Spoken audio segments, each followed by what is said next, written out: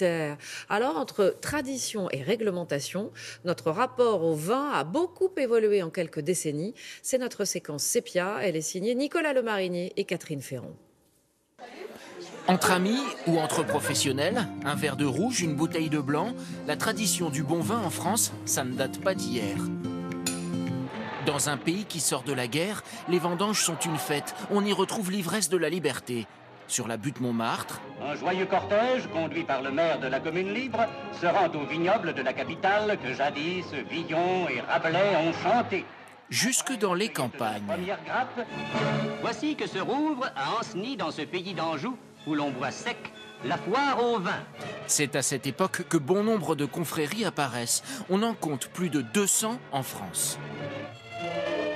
À Angers, dans l'ancien hôpital Saint-Jean érigé par Henri II, roi d'Angleterre et comte d'Anjou, la confrérie des sacs à vin a tenu ses assises annuelles. Emportée par l'enthousiasme peut-être, la filière viticole fait face à la surproduction. Production 52, 64 millions d'hectos. En 55, 80 millions. Pour une consommation de 60 millions d'hectos. Les consommateurs n'arrivent pas à éponger, ils ont pourtant le gosier en pente. J'ai habitué mon mari à en prendre parce qu'il buvait que de l'eau, mais enfin je trouvais que pour un repas, c'était quand même pas suffisant. Pour mon âge, oui, j'en bois une assez grande quantité. Et est-ce que vous pensez que... un litre par jour.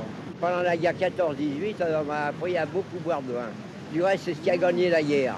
En 1960, chaque Français boit environ 150 litres de vin par an, 3 fois plus qu'aujourd'hui. Un hôtel de Dijon vient d'innover en matière d'hôtellerie en proposant à ses clients, en plus du traditionnel eau chaude, eau froide, le vin courant dans les chambres. L'alcool, non, mais l'eau rafraîchineuse, oui. Bourvil s'en amuse, mais dans les années 60, la lutte contre l'alcoolisme devient une cause nationale. Au volant, des études ont établi qu'un nombre important d'accidents est provoqué par l'abus de l'alcool. L'homme ivre n'est pas seul dangereux. Il surestime ses moyens. Et à la maison.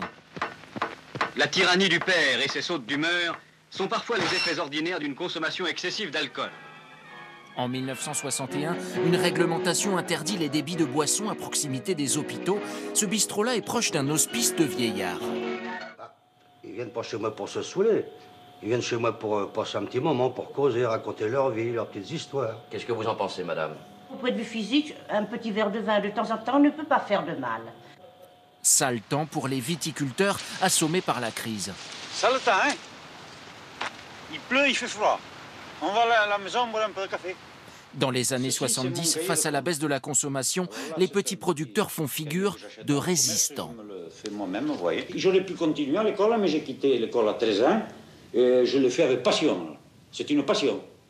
Madeleine Noblet n'a jamais raté une vendange. Eh oui, juste en 57, l'année où j'ai eu mon fils, il est du 25 septembre, alors j'ai pas pu la faire, mais ça m'a manqué.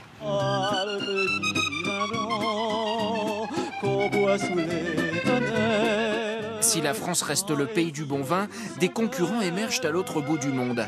À la fin des années 70, les producteurs californiens n'ont plus à rougir de la qualité de leur vin. Joss était chroniqueur gastronomique du journal de San Francisco. Un peu fatigué de toujours conseiller les vins français, il a décidé de faire un vin qui puisse les concurrencer. Dans les années 80, la consommation de vin continue de baisser. Les idées étonnantes des producteurs n'y font rien. Avec une boîte de concentré de jus de raisin, on obtient 4,5 litres d'un vin de 9 degrés. On verse dans le bécher un volume d'eau, préalablement mesuré bien sûr. Dans 3 jours, la fermentation sera terminée. Un verre, ça va. 3 verres. Bonjour les dégâts. Depuis le début des années 90, les Français boivent plus d'eau minérale que de vin rouge. La loi Evin de 1991 encadre strictement la publicité pour les boissons alcoolisées. Un bon verre de blanc, consommé avec modération, c'est devenu un plaisir plutôt qu'un réflexe. Bien frais.